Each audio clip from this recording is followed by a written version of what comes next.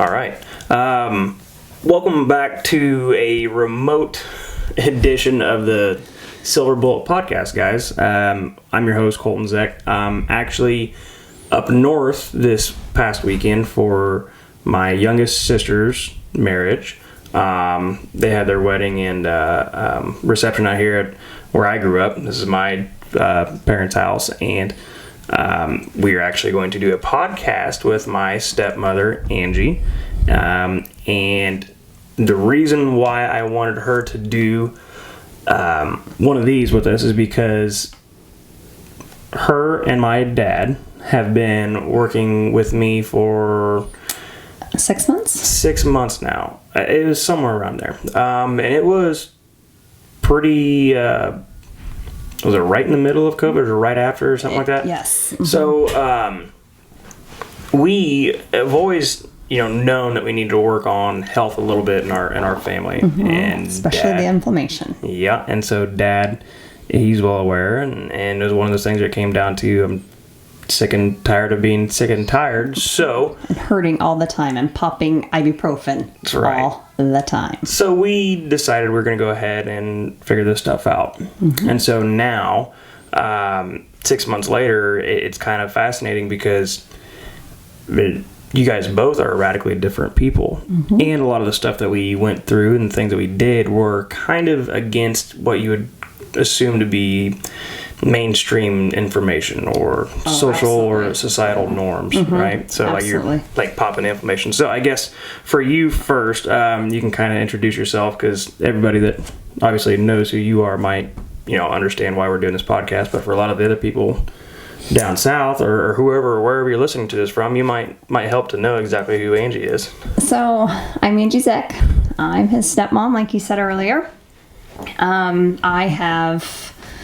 I've been a nurse for 19 years, and Rod and I own an in-home care agency, and we're also coroners. So part of our job is odd sleep schedules, right? Yep. Odd sleep schedules, a lot of heavy lifting in many different areas. So, I knew for sure I needed to work on strengthening,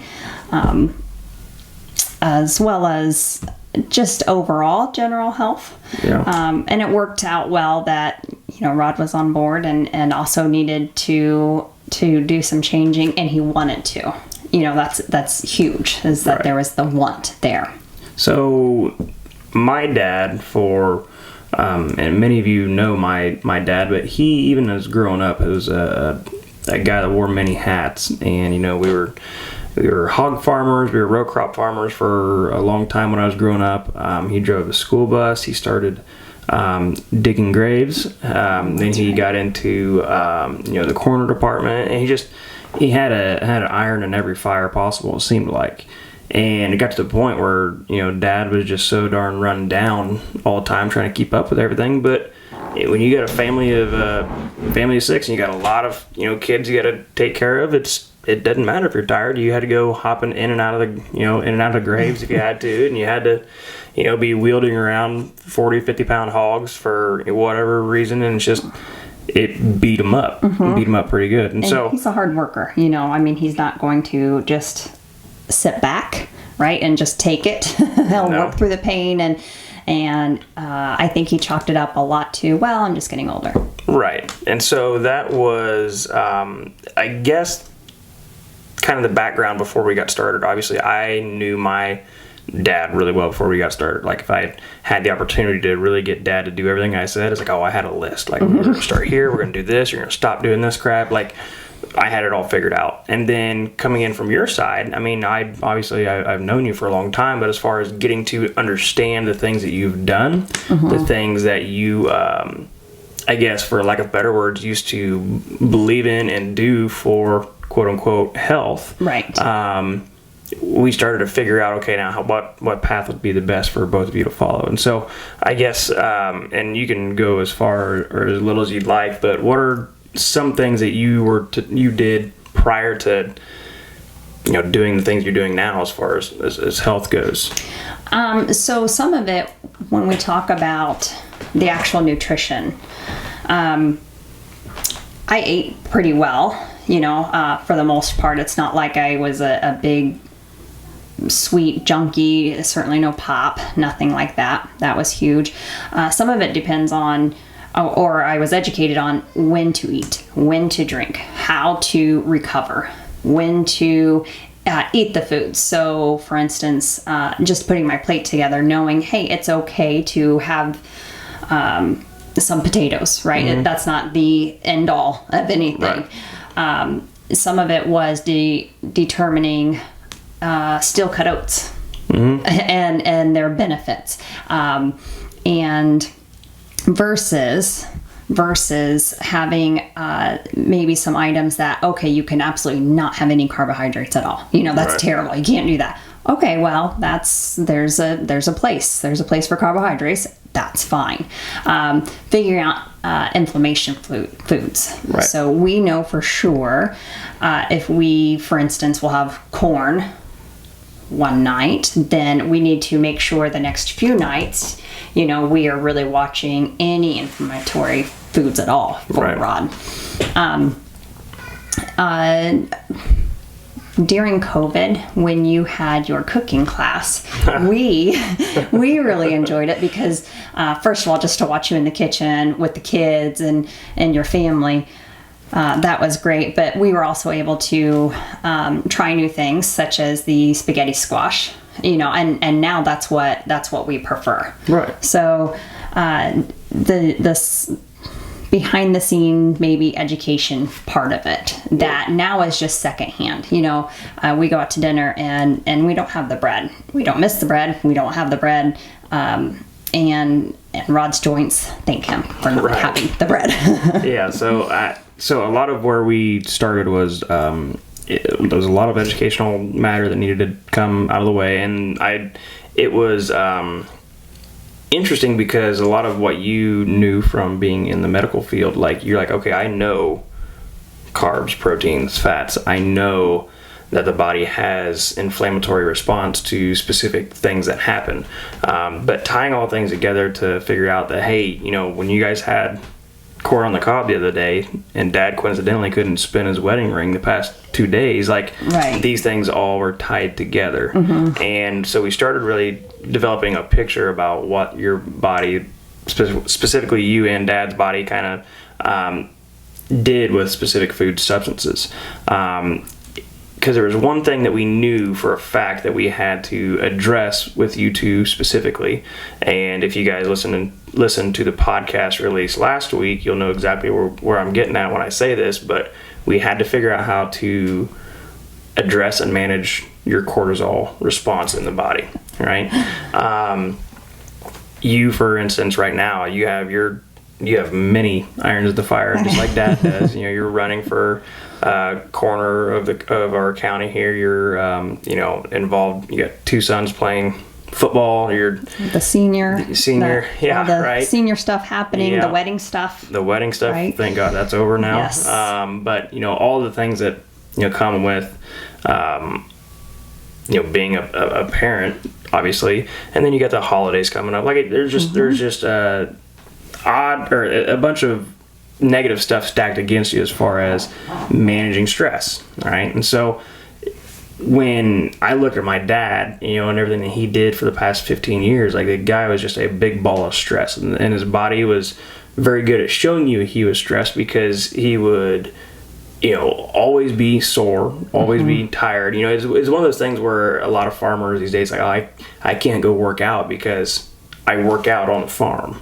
Right. It's not the same application, and your body should have the ability to do both. Mm-hmm. But it was one of those things that's just okay, your body can no longer handle the stress that it is constantly under. And that could be environmental stress. That could be actual physical stress. It's not always the case. It could be some emotional stress. Identifying what stress is going to be the biggest factor for you, getting ahead of it, planning ahead of it, and understanding how to eat specifically for managing cortisol. So one of the things that we addressed early on was that there's one macronutrient that can mitigate the effects of cortisol, and once again, cortisol, it's meant to go break down muscle tissue. It is meant to go out and find a usable energy source to help the body sustain itself in its fight or flight mode, right? And so your body, it's a good system to be in when you need to be in it. But if you're at home doing nothing, you shouldn't be in the fight or flight mode. You should be in the rest and digest. And so we started to figure out, how can I eat around specific times that I know stress is going to occur, and then watch your body's natural reaction kind of very slowly take place when it comes to cortisol and how it responds to stressful situations and whatnot.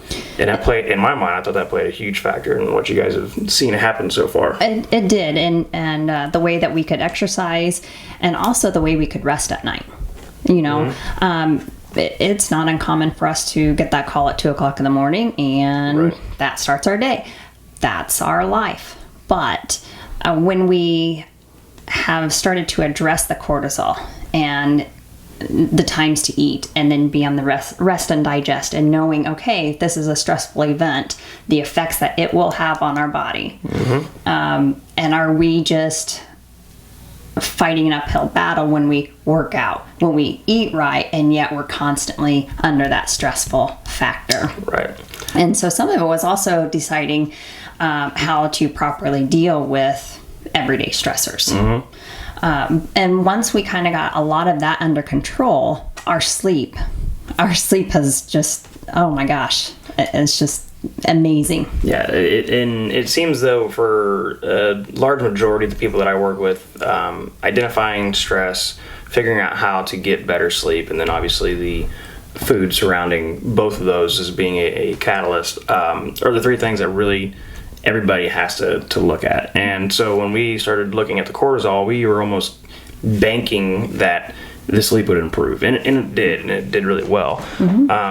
So for sure, getting more specific about your guys' workouts, because this is one of those things that if anybody knows what I do and what Reclaim does, you're like, okay, they're the big free weight gym. They got everything you could possibly think of. We got to lift heavy weights. You got to do all this stuff right in order to see anything happen. You guys are a dramatic exception to that. You also had the classes and the education behind it. True. And this is true. That's one of the major things that really attracted me to it, because I would see the things on Facebook, and I would want to be a part of that, but we live 2 hours away. That's right. That's not possible. That's right. So essentially, we created a program for you guys via the app software that we use, but we do everything, all your training at home. And you guys don't have free weights. You guys have essentially an elliptical resistance machine, and we do a lot of body weight work. And 6 months into no free weight lifting and a cardiovascular tool or a cardiovascular machine, and what has been the overall accomplishments so far within 6 months. Oh my goodness. So it's been life changing. What I want people to understand is that everything that we do within our four walls down at our gym in Greensburg, like, it can be done in many different ways elsewhere. Absolutely. And it was beneficial for us to be able to do it at home. It was beneficial for us to have the app, to see your workouts specifically for us, for just him and just myself, knowing that when we do the bands, he will have a different one than I will. And some of our exercises, it will be different for him versus myself. And just the transformation. So for instance, the ibuprofen, I'm sure their stock has gone down since we are no longer popping so many of them every single day. Right. So I think the first time that Rod went all day long without taking ibuprofen, it was simply amazing. I mean, in all these years, I've never seen him go all day without taking ibuprofen. So, anyways, the exercise for us was so geared towards us, down to the time of day. We knew that in order for us to work out, it needed to be first thing in the morning, to be able to put the comments in, or to give you that feedback to say, hey, listen, when I do this stretch, it looks like this for me. When he does it, it looks like that for him. I don't know if one of us just isn't doing it right. And so it goes back to the education. It goes back to the education. For instance, squats. How I do a squat is a lot different than how he does a squat. We have the teenage boys here, and they're like, hey, you're doing it wrong. That's not what it looks like. Okay, well, so I recorded myself, sent it on down to Colton. What am I doing wrong? I just don't get it. And through the education of, it's your body type, it is your femur and your hips, and how you're going to move, versus knowing Rod's not as flexible as I am, right on different things. So to see him last night at the wedding dancing, that was his goal, right? When we started this, he wanted to make sure he could dance and be a participant in the wedding all day long without his feet hurting, without his back hurting, without wanting to go lay down. And, from the moment we woke up yesterday until we went to bed, 1, 2 o'clock in the morning. Yeah. There wasn't one time that I heard him say, oh man, my back hurts. Oh man, my joints are hurting. My feet hurt. Nothing. He danced. He danced with his daughter. He danced with me. He danced with his grandbabies. That to me is, it's amazing. I love seeing that transformation. He's on the ground playing with them, and swinging them on the dance floor, all that kind of great stuff that we get to see, that we get to witness. And so that's been a huge difference for him. Talking tonight at dinner, how life choices, food choices have changed. Exercising has changed,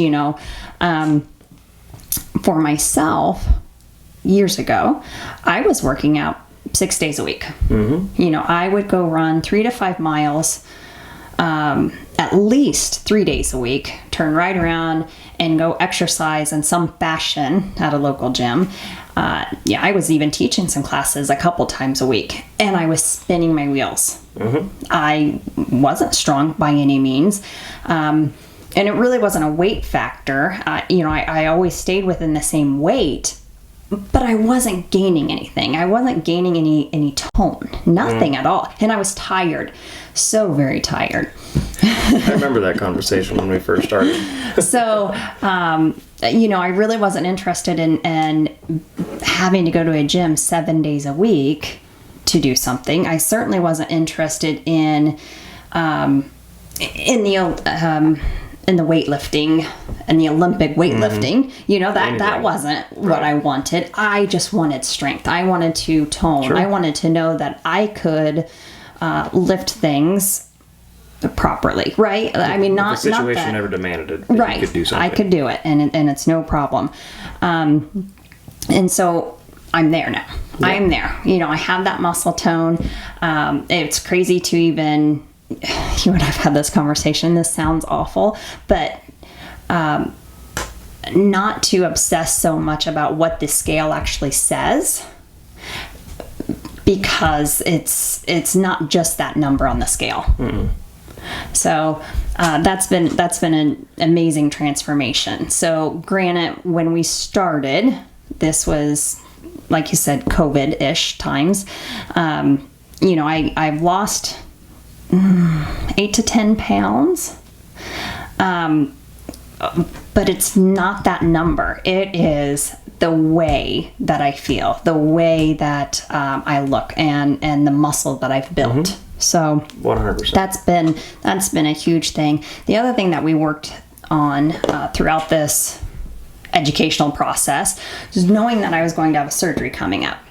And so knowing that, we needed to really focus in on what does that look like from an exercise point of view and from a nutritional point of view of how am I going to prepare myself for surgery day and recovery afterwards. We knew going into the surgery, it could be something, real simple, no big deal. And recovery could be and out on our way, or it could last several weeks. So prepping into that, no problem.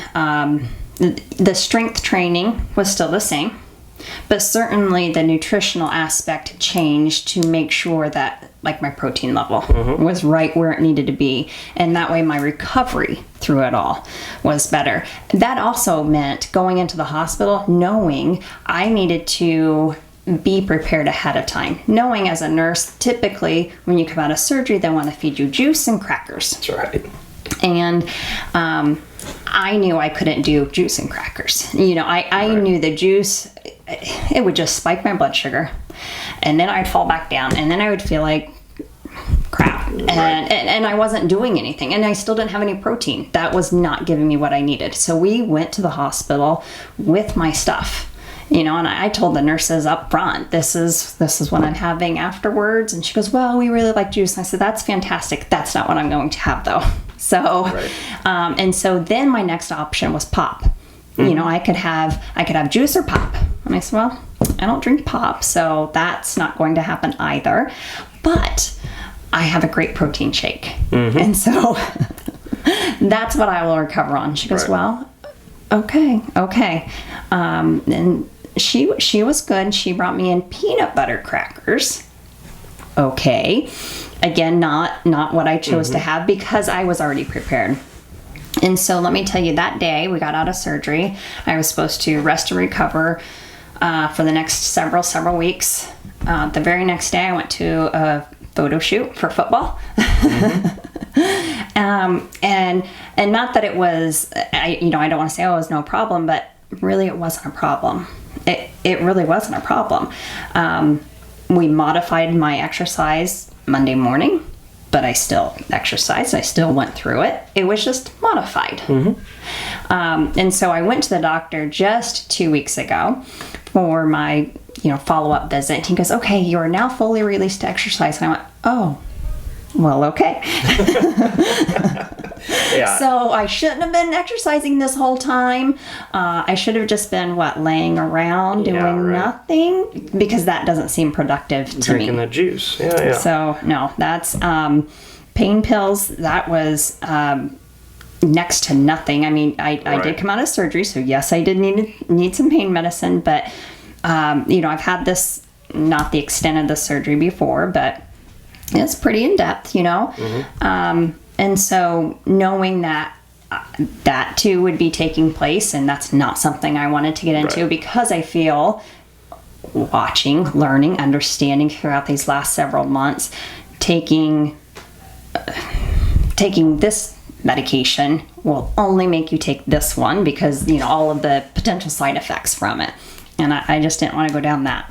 I just did not want to go down that way. And quite honestly, watching Laura, watching you guys with the kids, she's a phenomenal mom, but she gets done with labor and she's just, okay, this is my game plan. This is what we're going to do. This is how I'm going to recover.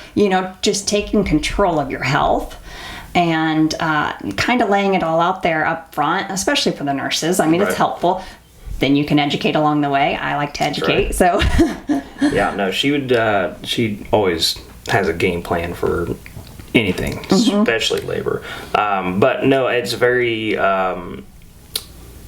good point to really make, that when you guys started working with me, the very first thing that came out of your mouth was like, oh, I need to lose 30 pounds, or I need to fit in this size jeans again. It was, I want to feel better, essentially. I want to be able to do everyday life a little bit better. I want to be able to do it without being in pain. I want to enjoy it. There are things that I am missing out on currently, maybe, that I want to be able to do, soon or whatever. That was really the extent of our conversation. And it wasn't that, okay, I need you to hop on this supplementation, and I need you to go buy a bunch of free weights. We're going to need those. And it was it was just taking a step back and kind of looking at your guys' lifestyle from a very open lens and trying to figure out where are the biggest stressors, how can we adjust them, and then how can we better align everything that you already do to essentially sustain what you guys are doing. Because it's a lot easier to figure out how to sustain what you already do than just say, hey, I need you to change everything that you do. It's like, I can't have you run for coroner now because it's just not good for your health. Right. I probably wouldn't win that battle. It's how can I better prepare you, or how can your body be in better sustainable functionality for that job, right? So that way when 2 a.m. hits, it's not a big deal to get up out of bed, but it's also going to be a lot easier to go to bed later that day. But it's one of those things where there's a lot of give and take when we were talking and kind of how we decided we were going to go about it. But hindsight, looking back, there was no talk about a number. There's no talk about fitting into a certain this and that. It was, we just want to feel better. And that's where we essentially started at. Yes, yeah, you're right. We didn't really care about the number on the scale at all, or our clothes or anything. I mean, as a matter of fact, Rod weighed himself per your questionnaire at the very beginning, but then he hasn't weighed himself again until just recently, when it was like, okay, let's really see what's happened over the last few months. And so he's lost, 30-40 pounds, several inches. And he had a hard time keeping his pants on his hips last night. Yeah. He told me. But what's cool is that he can close his fists. He can close his fist without hurting. He doesn't have that inflammation anymore. So a lot of those items that we can see, that everybody can see, it's been a great transformation for us, for all of us, I think, in this home. So it's been helpful. 100%. So I do think it's important to talk about a little bit where you guys were before we started, meaning some of the things that you guys were dealing with from a health standpoint. And if you hear my son in the background, it's because he's getting tired and he's ready to head home. So we're doing this podcast right before we head home. So more or less, I know one of the big things that always stuck out to me with Dad was that he would have periods of time where he would have to take on and off his wedding ring. And then there were periods of time where he could not get it off. That's how bad his joints essentially fluctuated with inflammation, which told me there was an opportunity to figure out what was causing it the most and obviously give it our best shot at reducing it. But nonetheless, inflammation was one of the worst things for him. What were some other things that we were trying to really focus on? So I mentioned, he couldn't close his fist, right? I mean, his fingers were that inflamed, they were that swollen that he couldn't close his fist. And really, shoulder movement, the simple act of moving his arm in a circular manner really hurt him. We were actually looking for him to have rotator cuff surgery on this, because he just couldn't do it anymore. So that has really changed. That has completely changed to where, sure, he still has some aches and pains here and there, but can he move? Absolutely. Can he squat down now? Absolutely, he can. And before, there was no chance. There was no chance that he was going to squat down to do something. Or if he did bend over, without his lower back absolutely killing him. And he had a back surgery back when I was a kid, and I can't remember how old I was, but he's had a back surgery before. I don't think it was a fusion, but he had quite a bit of stuff taken out. And then essentially ever since then, or growing up past that point, I remember his back being so bad that, us kids would have to put his socks on and off. This is when I was in high school. This wasn't, that long ago. So it is one of those things where and mind you, he's got 7 different jobs that he's running from sun up to sundown, and most days hours past sundown. And so it's one of those things that he just drove himself through the ringer essentially to try to get anything and everything done for this big family. So now, kids are moving off or moving out of the house, and obviously kids are getting married, and he's actually has a little bit of a time to step back, not by much, it seems like. But, you guys are on new business adventures and everything these days. It's now there's a little bit of a time for him to actually take a step back and work on things. And that was a big key, because time management was going to be something that he had to have figured out, because he did not want to go spend hours in a gym. No, that to spend several hours in a gym several days a week, that was not going to work for us. And we knew that up front. We knew that we had to be successful with this, and we had to have the game plan that worked for us. So in order to have our goals laid out, and knowing our background, our health history, filling out that form. I mean, it was a great form. It was a great form to, yes, your dad, but maybe not all of the ins and outs that, as a parent, we just deal. We just do things. We may not complain about it or you just don't think they matter. Yeah, I mean, you just go. So to be able to see, oh my gosh, he can't move his arm. And that's significant. Or getting down on the ground. Should be able to do that too. Yeah, you should be able to do that. I mean, we're not talking that there's, well, I guess I don't even care how old you are. You should be able to do that. So, right. And, with the grandkids, that was a big factor to say, I want to be out there and I want to be playing with them. Right. And I don't want to just be that grandparent that sits there and watches them do something or have them bring me the toy.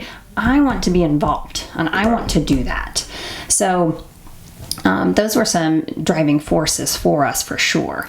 But the half-hour thing was what we essentially settled on. So I send you guys workouts every week, and it's 3 days a week. Essentially is what it is. And some days I'll throw in a bonus fourth day for you. Dad doesn't want that, but the fourth day is for you. And essentially it is right in the morning, half hour-ish, you guys are done. Right. So I want people to understand that if you guys have things completely ironed out with a coach, somebody, okay, and even better, have it ironed out with your spouse.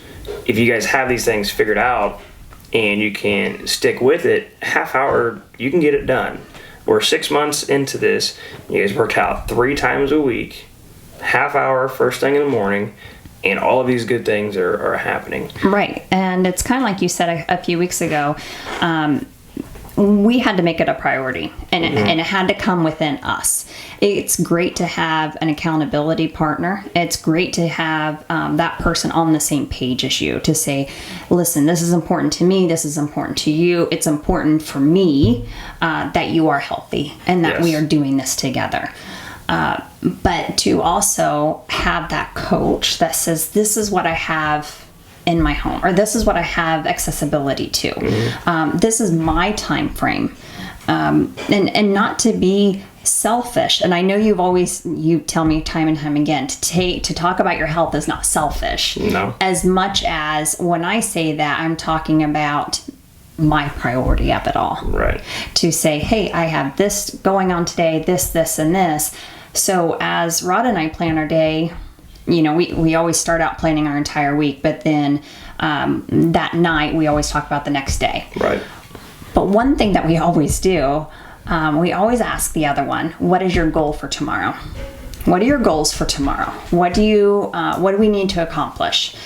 And so we know our first goal of the day is to have our exercise in. That's our first goal of the day. That's good. And so once we meet that first goal of the day, hey, it just snowballs. Right. We know we can continue on with our goals for the day. Now, we work together, so oftentimes those goals are kind of in line with each other anyhow.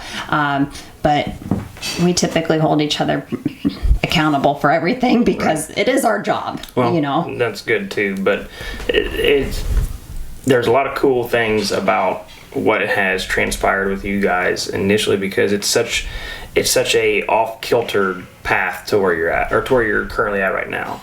And everybody that we work with, we do work with plenty of remote, couples and athletes and clients, and everybody has some different situation. Somebody has a decked out home gym and they want 3 workouts a day and they're like that motivated. And there's some people, it's like, I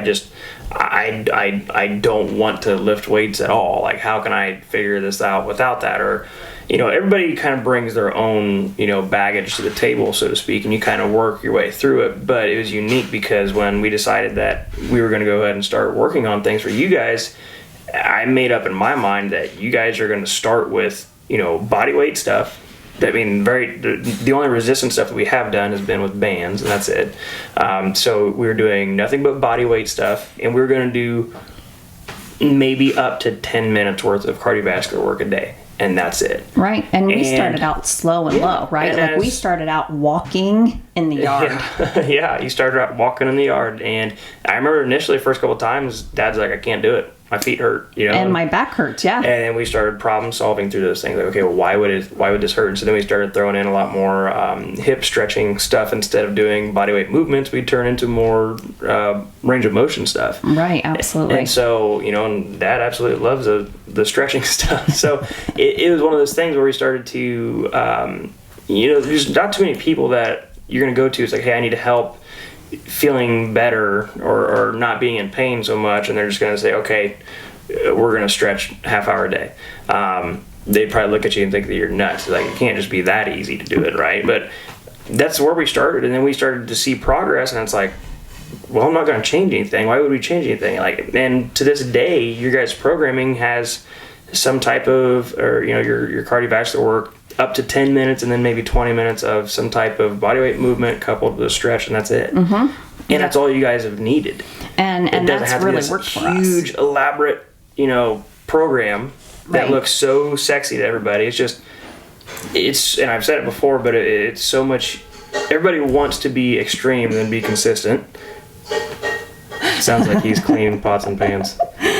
Sure. Again, he's a hard worker, and if he sees something that needs to be done, it's going to get done. So you probably see him in the back somewhere. So it was just one of those things where we decided that whatever we're going to do, we're going to be consistent with it, and we're not going to try to look for different, means to an end by, really forcing, supplementation or forcing anything that we weren't essentially needing until we got our base roots covered, and that was just getting up every other day and getting the workout done.